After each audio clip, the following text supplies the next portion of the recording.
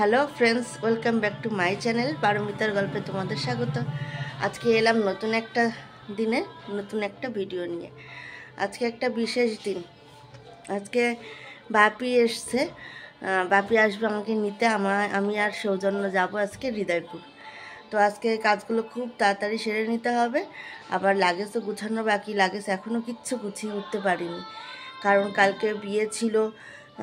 ওই যে মানে নেমন্তন্ন ছিল আর কি বিয়ের। তারপরে ছেলেকে নিয়ে ডাক্তারের কাছে গেলাম, এরকম নানান ঝামেলায় মানে লাগেজ গুছিয়ে উঠতে পারিনি। তো এখন তাড়াতাড়ি নিচ থেকে কাজ সেরে চাটা খেয়ে এসে লাগেজ গুছানো শুরু করব। তো চলো দেখতে থাকো, লাগেজ গুছানোর সময় আবার ফিরে আসছি। তো ফ্রেন্ডস, এই দেখো এতক্ষণ ধরে এই লাগেজ গুছালাম, আর এই চেয়ারের পথটা কেমন বোঝাই হয়েছিল, সব জামা কাপড় এই একটা ব্যাগে ভরে গুছিয়ে দিলাম। আর ওর এই দোলনাটা জামা কাপড়ে ভর্তি ছিল, সেটা একদম ফাঁকা করলাম। আর এই দেখো বুনু এসছে, বাপি এসছে। তো আমরা এখন যাব। আমি এখনো রেডি হইনি। আমি এই যে দেখো চা সিঙ্গারা খাচ্ছি। তো চা সিঙ্গারা খেয়ে আমি রেডি হয়ে নেব। রেডি হয়ে আমরা বেরিয়ে যাবো। তো চলো গাড়িতে তোমাদের সাথে আবার দেখা হবে। এবার কি হবে এটা দেখো। বোনকে দিয়েছিলাম ওকে রেডি করার জন্য, আর বোন ওর হাত ধরে নাচানাচি করছে। ও তো তাকিয়ে আছে আমার দিকে। আর দেখো গাড়িতে আমরা উঠে গেছি, আর বোনের কোলে ও ছিল, ও ঘুমিয়ে পড়েছে। ও গাড়িতে উঠলেই না ঘুমিয়ে যায়। আমারও এই অভ্যাসটা আগে ছিল, এখন নেই। গাড়িতে উঠলেই আমিও ঘুমিয়ে পড়তাম। আর এই যে বাপি দেখো সামনে বসে আছে, আর গাড়ির লাইটটা কম ছিল খুবই, তাই অন্ধকার অন্ধকার লাগছে। তোমরা একটু অ্যাডজাস্ট করে নিও প্লিজ, ঠিক আছে? আর দেখো আমি বুঝতে পারছি না তো কেমন হচ্ছে ভিডিও। তো একটু হাত নেড়ে দেখছি, একটু এদিক ওদিক ফিরে দেখছি, মানে এতই অন্ধকার ছিল। গাড়ির লাইটটা জ্বালিয়েছিলাম, তারপরেও না খুব একটা ভালো বোঝা যাচ্ছিল না। তো অ্যাটলিস্ট আমরা এসে পৌঁছালাম। তো ফ্রেন্ডস দেখো আমি চলে এসেছি হৃদয়পুরে। এই যে এখন চা খাচ্ছি, এই যে চা সন্দেশ মানে মিষ্টি, চা মিষ্টি খাচ্ছে। এই যে মামনি, হাই। আর এই যে বুনু, ওর যা কাজ ফোন ঘাটা। আর ওই ঘরে বাপি ওকে নিয়ে গেছে, ওর ঘুম আসছে তো ওকে নিয়ে গেছে। তো ঠিক আছে, চলো এবার চা খাই, তারপরে আবার ফিরে আসছি। চলে এলাম আবার সেই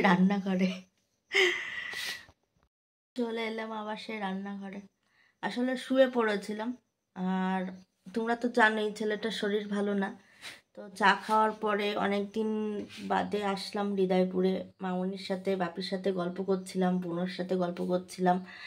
তারপরে একটু বাইরে গেছিলাম, কারণ ওর খিচুড়ির জন্য মানে ও যে সবজিগুলো খায় কোনো সবজি ঘরে ছিল না। তো গেছিলাম একটু সবজি কেনার জন্য, ওর ফলের রস খাওয়াই, তো ফল কিনতে গেছিলাম। তো আর ভিডিও করা হয়নি। তারপরে বাড়িতে এসে ডিনার কমপ্লিট করে শুয়ে পড়েছিলাম। যেই আমি ভিডিওটা এডিটিং করতে গেছি, তখন দেখি আমি ভিডিওটা শেষই করিনি।